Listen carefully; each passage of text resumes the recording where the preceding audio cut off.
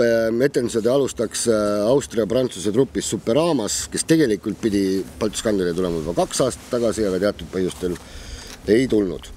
Ja see on nüüd niisugune tõeline vaudeville, rohke muusika, ilusate naiste,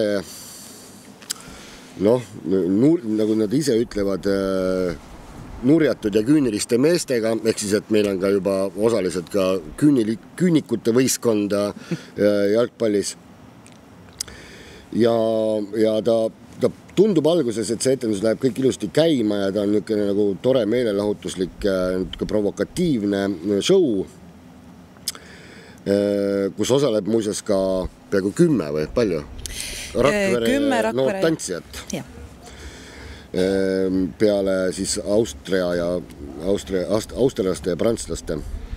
Aga etendus põhimõtteliselt räägib ikkagi sellest, et kõik meie käitumine, individuaalne käitumine on tegelikult mingite juba teadaolevate klišeede kopeerimine, mis on, ja need klišeed on tekkinud siis loomulikult mingi turunduse ja sotsiaalstatistika